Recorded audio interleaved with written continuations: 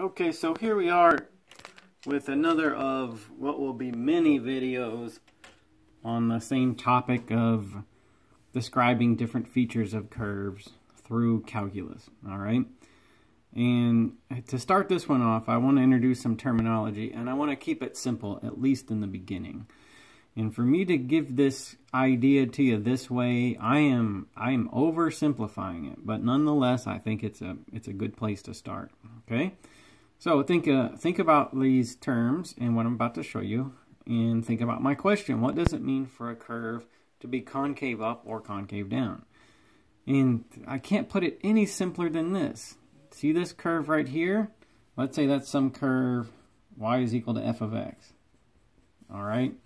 Well, that curve's concave up. All right, so you look at it, maybe you have an idea what I mean by concave up.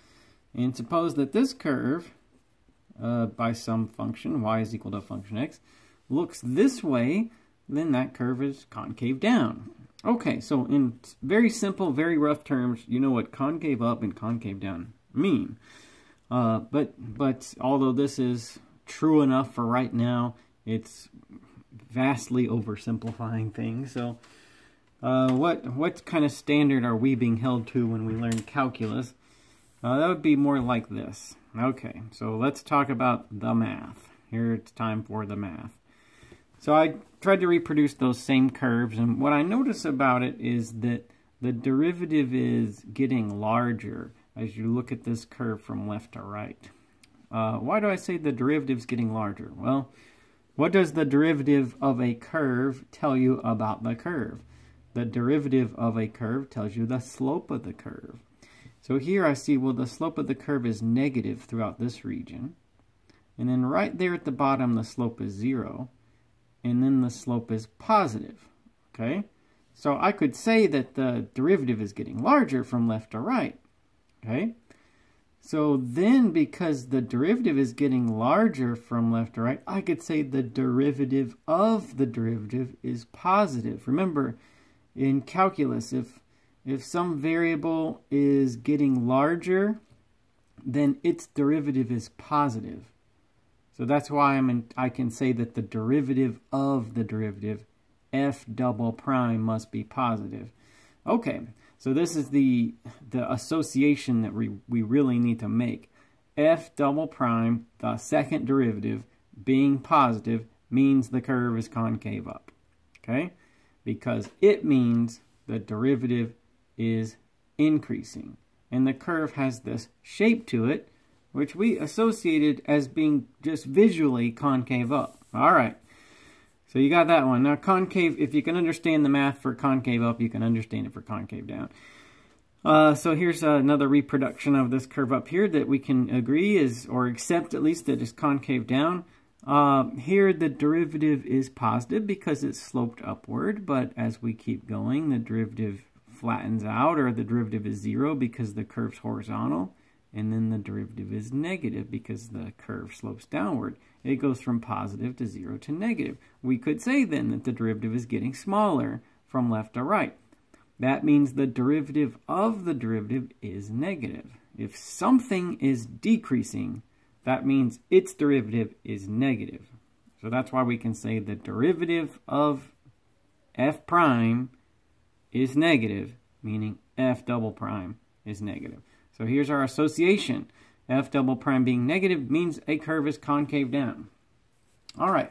Now, if this is not enough for you, I have one more thing to show you. Let's look at some numbers.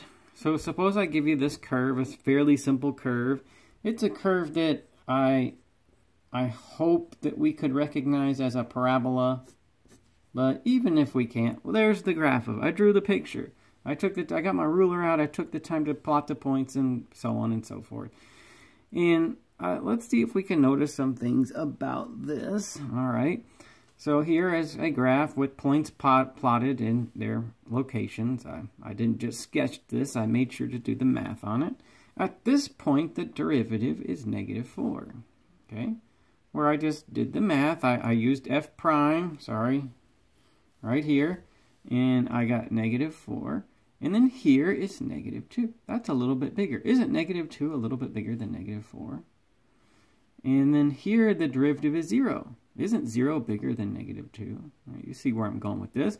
And then here the derivative is +2. Isn't +2 bigger than 0? And then here the derivative is 4. So the derivative is getting bigger. And then we have that shape to it. All right. Notice that f prime x is increasing. You can look at the numbers and see that. So the curve is concave up. All right. Now let's look at like a follow-up to this. Now that you got to see some numbers. If the curve is concave up, f double prime should be positive. That's what I said just a minute ago. Is it? Is f double prime positive? It should be. I did tell you that the association is if f double prime is positive, that means the curve is concave up. This curve is definitely concave up. You can see it. It's right there. But let's go ahead and find out. Let's investigate this question. So f of x, the original curve, is x squared minus 8x plus 19. All right. Let's work our way to the second derivative. F prime is 2x minus 8. All right. And then one more and we'll have the second derivative. F double prime is just 2. Right? 2 is 2 positive? Well, 2 is definitely positive. That means that this curve is concave up. Even if we couldn't see it, we would be justified to know that it had this sort of shape to it. Okay? All right. Now, one quick disclaimer, all right? Concave up doesn't necessarily mean that it's got this bowl shape to it right there. Okay? All concave up means, now this is a little bit of fine print, I understand. All concave up means is that, for example, the derivative is increasing. It's getting larger. Okay? So I need to show you an example like just to make sure that we can agree about before we go any further. Suppose I had a curve like this, and it looked this way, like that. Okay. This curve is concave up. I know it doesn't have this shape like that. It's still concave up. Whoops. It's still concave up. Do you see why that is? Here's my curve. Y is equal to f of x. Here's the x-axis. Here's the y-axis. Why is that curve concave up? I'm telling you that it is. Isn't it true that f prime x, meaning the slope of this curve, is increasing? Isn't that true? Isn't it getting steeper as I go this way? Yes, it is. The curve's getting steeper because if you looked at it in terms of little line segments, remember every curve is a bunch of line segments connected together. Think of it that way.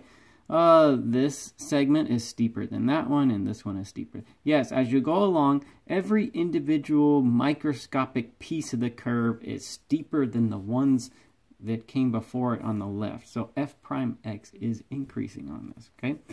So this curve is concave up, all because of that reason.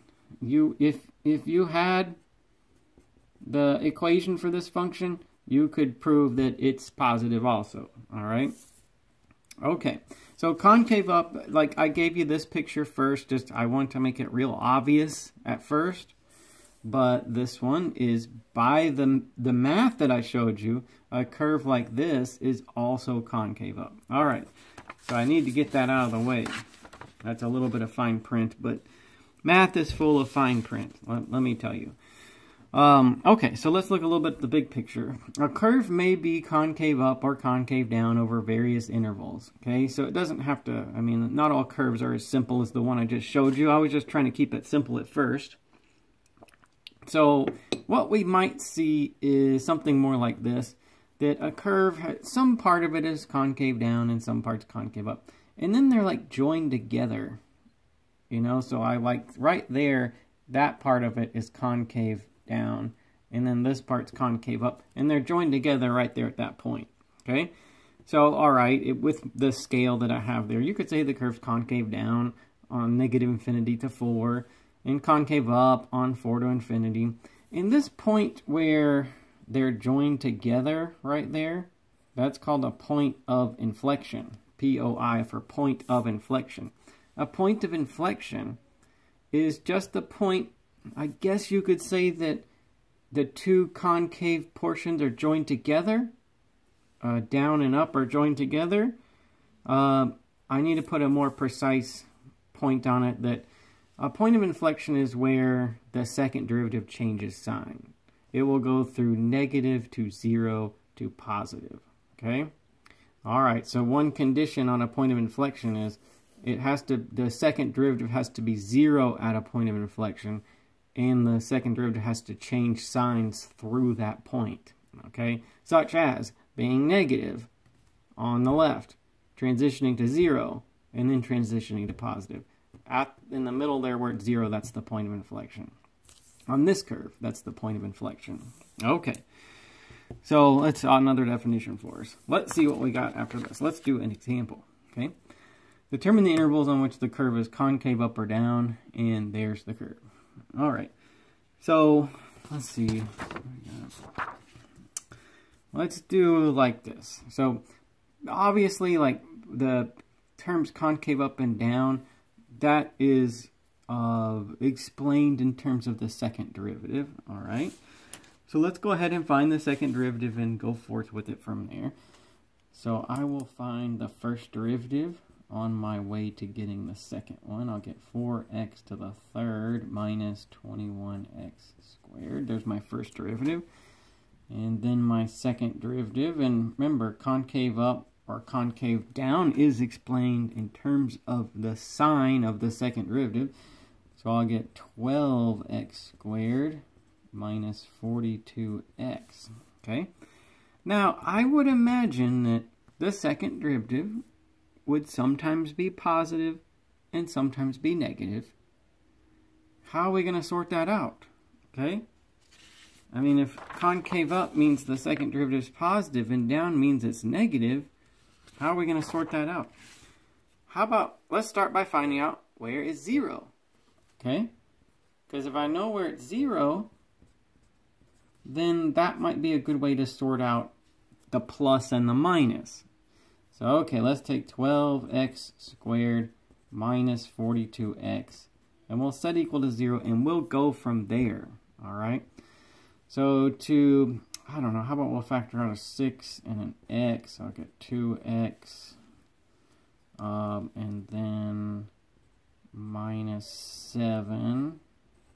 Okay, so something like that. And then to solve this, either 6x is 0 or 2x minus 7 is 0. So I'll get that the second derivative is 0. When x is 0, I get that from this factor. Or x is 7 over 2, which I'll get from this one. Okay, so here's where the second derivative is 0. Let's do two things from this point.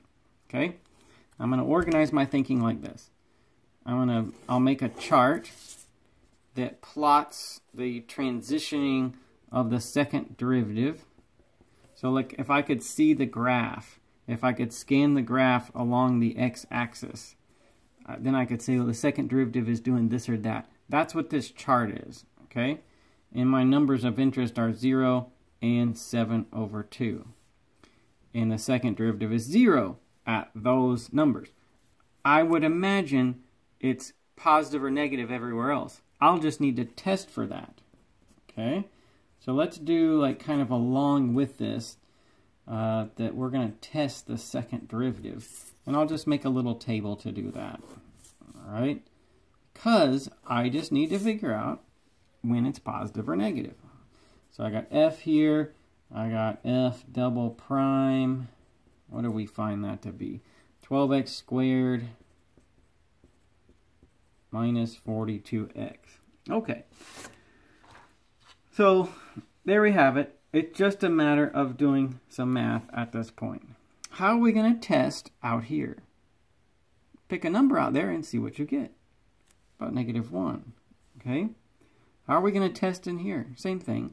7 over 2 is 3.5. Let's choose 1. And now I need something bigger than 7 over 2. How am I going to test out there? Choose something bigger than 3.5. Maybe like 4. Okay? Alright, so we'll do the math at this point. If I put in -1, so I will get 36. If I put in 1, I'll get -12. Okay?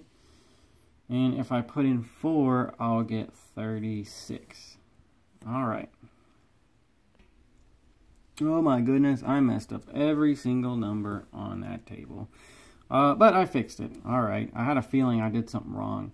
I think I was looking in the wrong place. Anyway, so there's my numbers. Now, this one value out here tests the whole region. So from like -infinity to 0, then I'm justified in saying that the second derivative is positive. And from 0 to 7 over 2, I'm justified in saying that the second derivative is negative. And from 7 over 2 to infinity, then I'm justified in saying that it's positive. It's just that that's positive, that's negative, that's positive.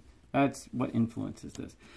Now, there is my answer then. I now know when it's concave up and concave down. I know the intervals. You know, the graph might look something like concave up, concave down, something like that, sort of.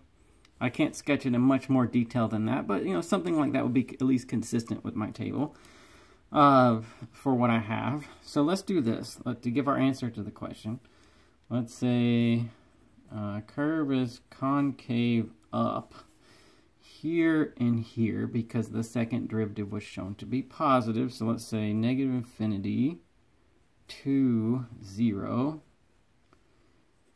And also 7 over 2 to infinity. Okay, so there's that portion of the answer. And then concave down, well, here in the middle from 0 to 7 over 2. So concave down from 0 to 7 over 2. Alright, and so for this particular question, that's all it's asking about the curve, and I just wanted to show you the procedure for sorting out the pluses and minuses of the second derivative. Okay. Okay, we got that one then. Let's look at another one that might have a little bit of subtlety to it. Okay. Question sounds the same though. Determine the intervals on which the curve is concave up or down. There's the curve. That's a more complicated looking curve than the one that we were just doing, but we can pursue it the same way. To decide about a curve being concave up or down is to decide about the second derivative being positive or negative, all right? Okay, so we know that much. Let's find our second derivative. So I find the first derivative to start with because that's the direction I go to get to the second derivative. So using the quotient rule, the first derivative is f prime g minus g prime f. Alright.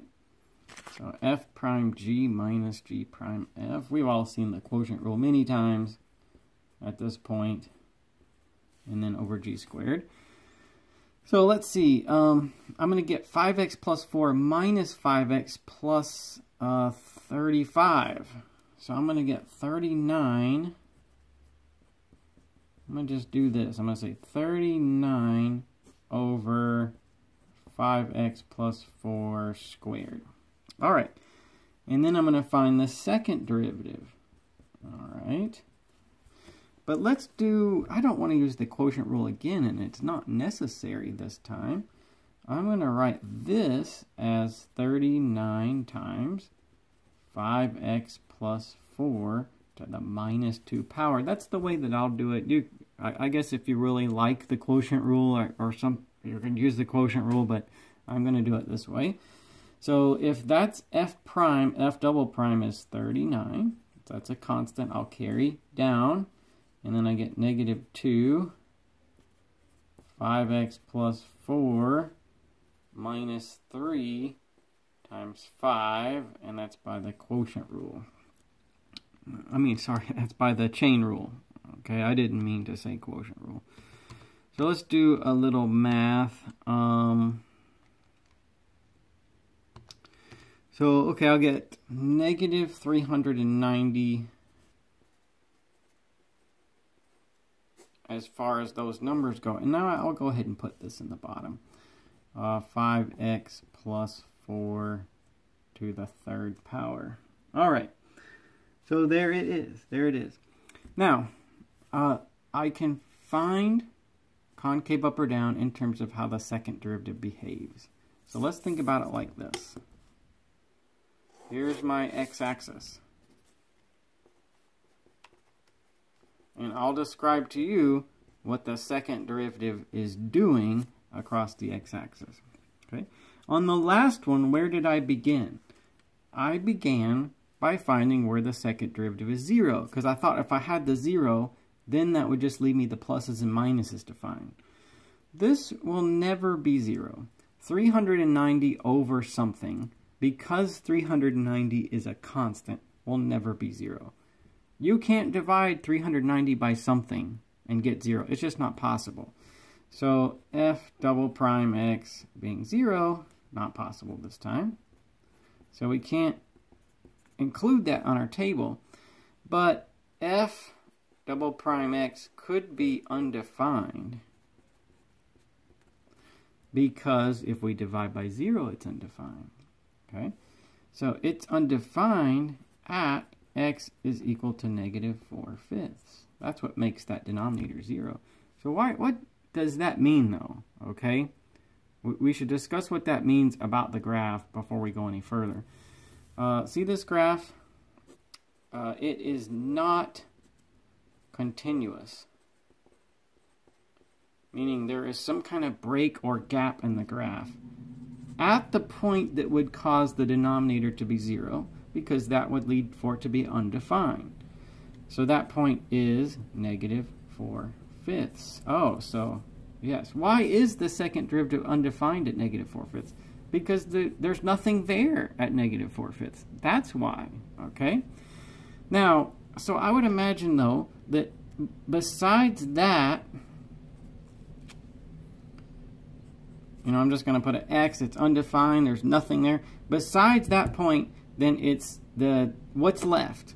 0's not going to happen. It's undefined here. What are the other options? Well, it could be positive or negative. So you'll just have to test for it being positive or negative at the other places. Okay? So we say, here's x. Here's f double prime. We got negative 390 over 5x plus 4 to the third power. Okay. And I need to choose something left of negative 4/5 and right of negative 4/5. Negative 4/5 is 0.8. So I'm going to do negative 1 and 0, because those will be easy numbers to work with. Okay? And I'll put negative 1 in there, and I'll get a number. All right? And that number will be positive. Okay? It doesn't matter what the number is. The number itself is irrelevant, it turns out. On this other example, I said, well, I got 54. Well, 54 is positive. That's the only thing that really matters for determining what we're dealing with, okay? So here, negative 1. Well, negative 1 is positive. 0, okay. Well, 0 is going to leave me with a negative, if you do the math. So it's going to be plus and minus. It's concave up here and concave down there with some kind of break right there. Concave up, concave down, with some kind of break separating them. In other words, it's not like this one, where it's concave up and concave down, and those two portions are joined together at a point of inflection.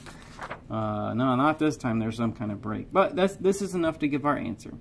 So let's say the curve is, now I'm going to just write CU for concave up on the interval from negative infinity to negative 4/5. Okay? And it is CD, which I'm using as an abbreviation for concave down, on the interval from negative 4/5 to infinity. All right? Okay, and that would be my final statement as far as an answer to that. Okay? Now, I did what I can do for this problem. To figure out if it's concave up or down, I found the places where the second derivative was 0 or undefined in this case, and then I looked outside of that. All right, that's what you can do. I thought, though, that it would be good to look at this graph in more detail, all right, and explore a little bit about that break right there. There's a break in the graph causing the second derivative to be undefined because there is nothing there at that point. Let's look at the graph in more detail, okay? So here's the graph in a fair amount of detail. This is very accurate as far as it goes for that curve that we were just talking about. Now, it turns out that, as I already told you, the curve is not continuous if the denominator is 0. The denominator is 0 at the point where x is negative 0.8. That's because there's this feature called a vertical asymptote, all right? Now, if you made it to calculus, somebody at some point told you what a vertical asymptote was. And if that's something that you need to review with me, I'm happy to do it. But that's what this curve has. That's what's responsible for the break. The curve goes up to infinity on the left side of negative 0.8 and down to negative infinity on the right side of negative 0.8. It also has a horizontal asymptote of 1/5 or about 0.2, meaning out at infinity or negative infinity, the curve tends towards 0.2 on both sides, okay? It's concave up here, right? Is the curve getting steeper? Is the derivative getting larger? Definitely. And it's concave down here. Is the derivative getting smaller? Here it's fairly steep, and it gets less steep and less steep and less steep and less steep. So sure, it is concave down because the derivative is getting smaller. Okay, now I want you to remember those associations. When I say concave up, there, f prime increasing. Okay, for sure. That's what's responsible for it being concave up. Concave down, f prime, the slope of the curve, decreasing. That's what's responsible for it being concave down. The slope of the curve is getting smaller and smaller. It's getting flatter and flatter as you go out there. Okay. All right, so I gave you the strict math, which that's probably the part you're most interested in, but I thought it'd be nice to have this as something to back up what I was doing.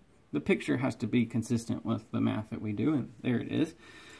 All right, so let's do one with like a sine or a cosine. Right, there we go. So here, it's sort of like the last question, but I have an extra part to it. And because it deals with sine this time, it has a trig function that will make some of the math a little bit different. All right, but it says for this curve on that window, so our window is not unlimited in this case. The window is just 0 to 4 pi. Can you find the point of inflection? Can you tell where it's concave up and down?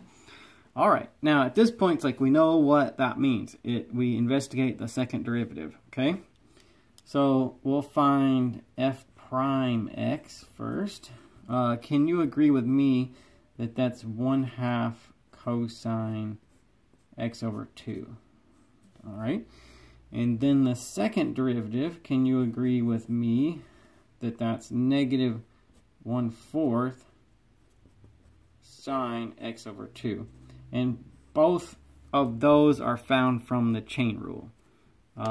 Here's what I mean by the chain rule. Chain rule being, like for this one, if y is equal to sine of u, then y prime, and so u is some function or formula that involves x, so like x over 2, y prime will be cosine of u times u prime. So that's all I did.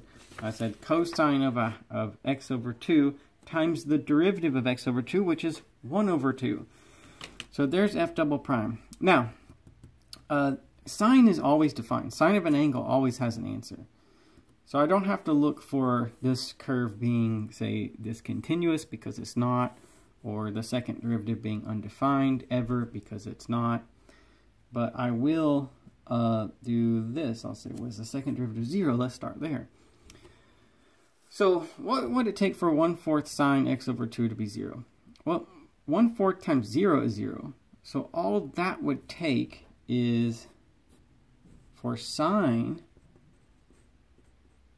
x over 2 to be 0. All right, what's it going to take for sine x over 2 to be 0? Well, so let's think about the sine curve, or the sine function.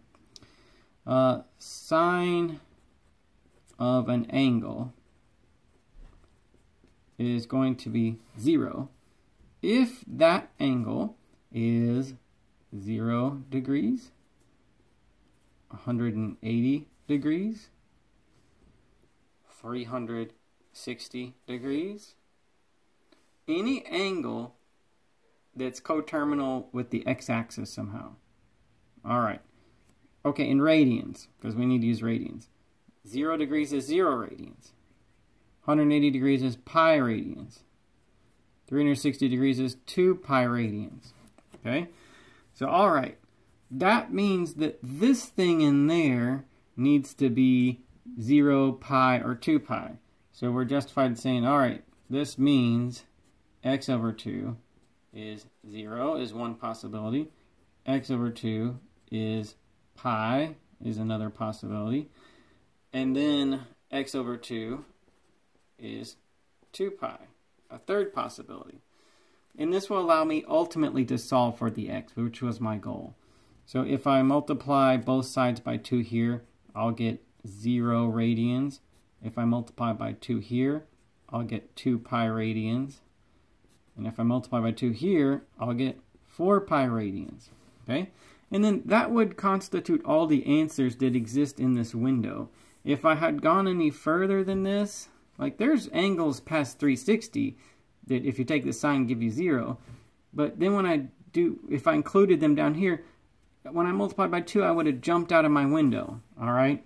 So that's as far as I need to go. So, okay, those are the places where the second derivative is 0. So we can make our chart then, can't we? We say, here's what we see on the graph. When we look at the x-axis, here's what we see the second derivative doing, okay? At 0, 2 pi, and 4 pi, the second derivative is 0. I just need to test in between those places, okay? So, all right, if you want to make a separate table, then you can make a separate table, but you're going to have to test the waters in here and see what happens, all right? Is the second derivative plus or minus in those gaps between the zeros? So I can put x, I can put f double prime x, and I just need some test points. What's between 0 and 2 pi? What's a convenient number? How about 1 pi? You can choose anything you want in there to test, but that one is convenient for me. What's between 2 pi and 4 pi? Well, there's lots of numbers between 2 pi and 4 pi, but 3 pi is one that seems convenient to me. Okay, so the second derivative is negative 1/4 sine x over 2. If you put pi over 2 in, you'll get negative 1/4, and that is a negative number. If you put 3 pi in, you'll get positive 1/4, and that is a positive number. And so that tells me what I want to know here. In this interval right here, it's minus, and in this one, the second derivative is plus. That tells me it's concave down, concave, something like that. That's what it tells me. All right. Also, it tells me that there must be a point of inflection right there. Okay? What do we say a point of inflection was? A point of inflection on a curve is a place where the second derivative is 0 and through which the second derivative changes signs. Okay? So I think this point right there qualifies as that. At 2 pi, the second derivative is 0, and through that, it changes from minus to plus. That's why that's a point of inflection. I've got everything I need to answer right here. It's all on the chart. Okay, point of inflection. X-coordinate, 2 pi. What would be the y-coordinate of that point? Well, if you put the x in, you get the y back out. So let's take our x-coordinate for our known point of inflection. We'll put it in there. And we'll get 0. Okay, so this is a point. It's not an interval. All right? There is a point on the graph right there. where it transitions from being concave down to concave up. It's concave up from 2 pi to 4 pi. Okay, now I know that these look similar, don't they? It's a pair of parentheses, separated, numbers separated by a comma. This is a point, that's an interval. This part of the x-axis, the curve is concave up. Concave down, 0 to 2 pi. And this is not a point, that's an interval.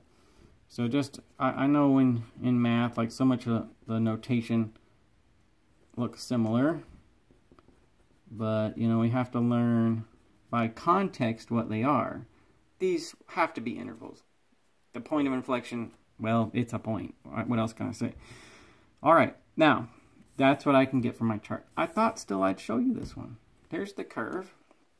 If you learn pre-calculus, you can learn how to draw wave functions like sine and cosine with different periods. The period of this sine wave happens to be 4 pi, and I plotted it out.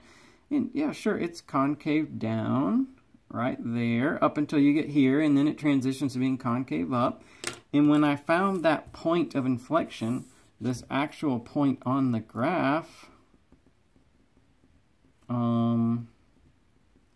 what did I say it was?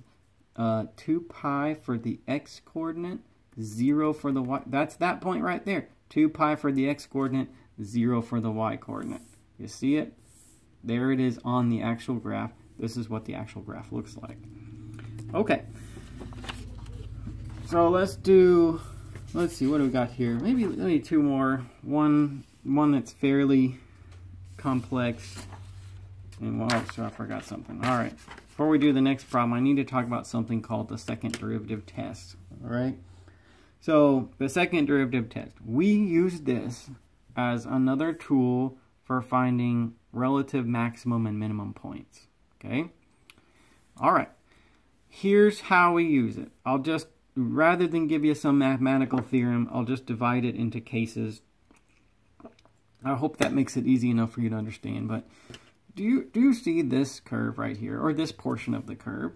I hope that it's obvious that right there at point C, where x is C, that it has a maximum, all right? And there's two things that we notice about that point as it is a maximum. F prime C is 0, and F double prime C is less than 0.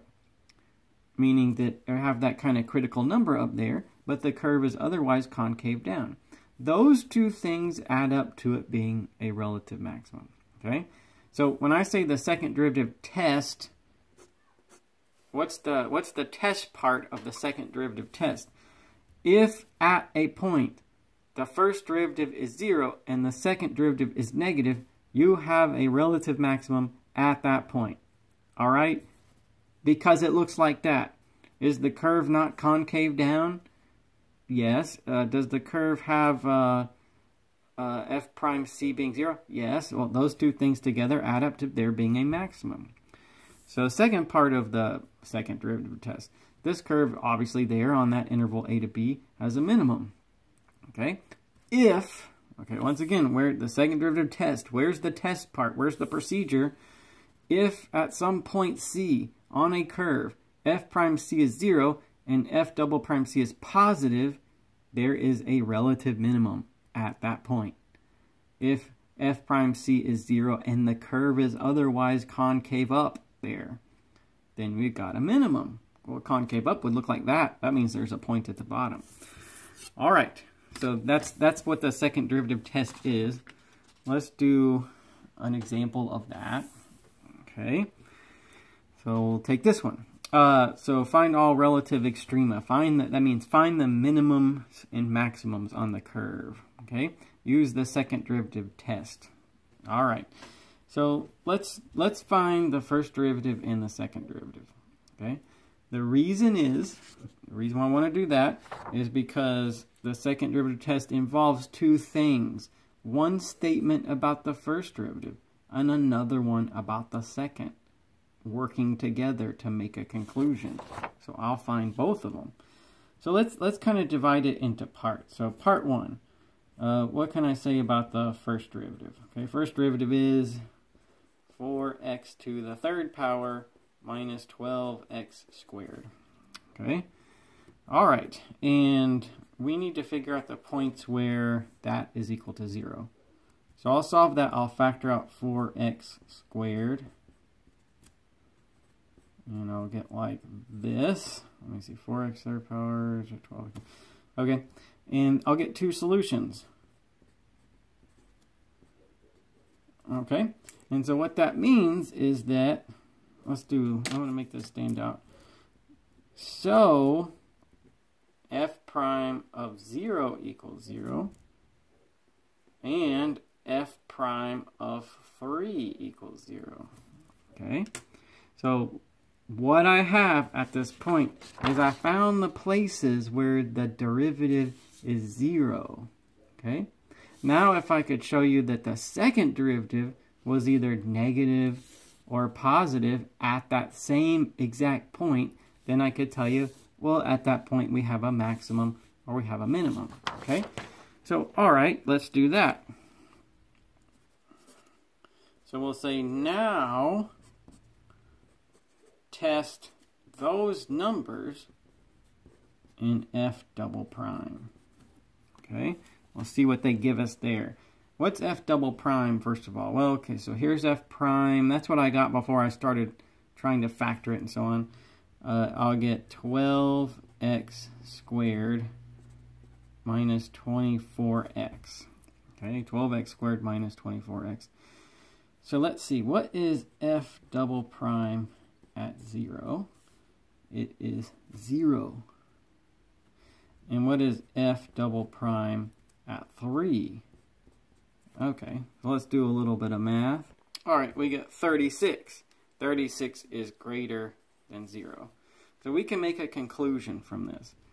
Because f prime 3 is 0 and f double prime 3 is positive, what's the conclusion that we make? If f prime at a number is 0 and f double prime at the same number is positive, well, we're looking at this situation and we have a relative minimum. Okay, so all right, we can make a conclusion. There's a relative minimum at x is 3. Okay, by the second derivative test. What about this other point? So see this point where x is 0? F double prime of 0 was 0. What does that establish for us? The second derivative test does not tell us anything. Second derivative test says that f prime is 0, but f double prime is either negative or positive. So for this one, let's write like this. Second derivative test is okay. But for this one, it doesn't tell us anything. Okay? So for that one, second derivative test is not applicable. All right.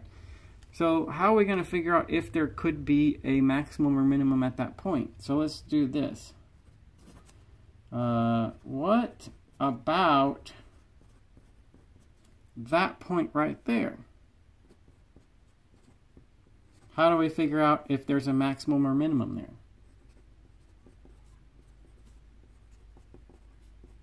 Okay. Well, so part of the reason I chose this question to include in the lesson is because it does incorporate a little bit of review. So say, here's the reviewing that I'll make for you. Is there some other way that we could determine if a point was a maximum or minimum on a curve? So like take this right here. There f prime x is 0, and it's a maximum. What does the first derivative do? It's positive on the left, and it's negative on the right. So if a curve goes from rising to falling, that tells us that they're in the middle, where it transitioned from rising to falling, that it has a maximum. That's the first derivative test. Okay? So let's do this. Let's say that now this is, I made another video on this. You could go back and look at that one, but you know, I want it, since we're learning so much, I need a way for you to keep it all in mind. So let's use the first derivative test. And that might not be fresh on your mind as you're watching this video, but I'll remind you of it, and hopefully it should look familiar as you see it. So here's the x-axis, here's f prime x. Okay, what I know so far is that f prime of 0 is 0. And I'm wondering if it's like rising on one side, falling on the other, or falling and then rising. If I could come to either of those conclusions, I would know that there was a maximum or a minimum at that point. Okay. So, all right, let's then do like this. How are we going to figure that out? How are we going to plot the nature of f prime? Well, we just make a little table of test points. That's how we did it in other videos. Okay. So, all right, let's take something left of 0 like -1 and take something right of 0 like 1. It should be easy to do. F prime is 4x to the 3rd power minus 12x squared. Okay, and we put in -1 and 1. So if we put in -1, we're going to get a negative number. Okay, and if we put in +1, we're also going to get a negative number.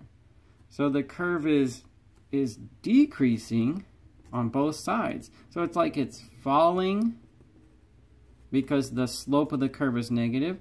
And then it's 0 right here, so that means it flattens out. And then it's falling again. Okay? So is there a maximum or minimum right there? No, it doesn't have the right shape. It's got to go from falling to rising or rising to falling. And that doesn't happen this time. Okay? So our conclusion is that there's only one point where there's any kind of minimum or maximum. Let's state our answer like this. I investigated both points, but we can say there is a relative minimum, and the point on the graph would have an x-coordinate of 3, and then the y-coordinate, let's see, so gotta do the math, -26. Okay, that's the only minimum or maximum kind of point on the curve. All right, so I did that one. Quick summary, because it involved a lot. I used the second derivative test that was applicable to one of the points. It wasn't applicable to the other. All right, so at that point, seeing that it's a critical number, I tested the derivative around it. The first derivative found that the curve had the shape of falling to falling, meaning that at that point, it is not a max or min. So those are the two ways that we could find out if a curve had a max or min, with the second derivative test or the first derivative test. In this problem, I used each of them for our points that there could have been a max or min at. Okay, let's do this. Let's see the curve. So on some of the other problems, I did the math. I also showed you what the curve looked like. This curve, it turns out, looks that way. Okay, so all right, and here I didn't draw it with an extremely precise scale, but this is what we found out. Remember I said it was falling, and then it was flat, and then it was falling again. That's the point 0, 1 on the curve. F double prime is 0 here. It's not concave up or concave down at that point. It doesn't do like this, it doesn't do like that.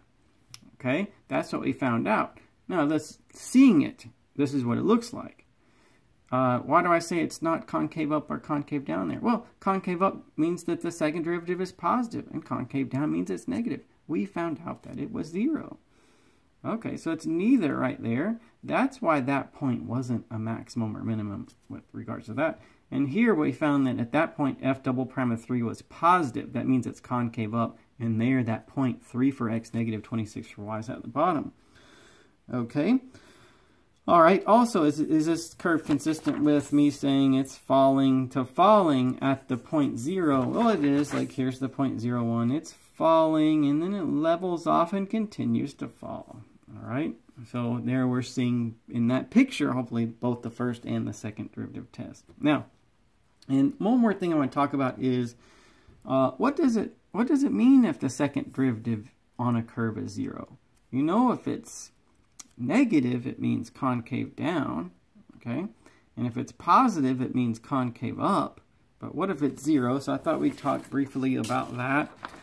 So, all right, what does f double prime 0 mean? That's my next topic. Let's take something that I know about that has f double prime to be 0, okay?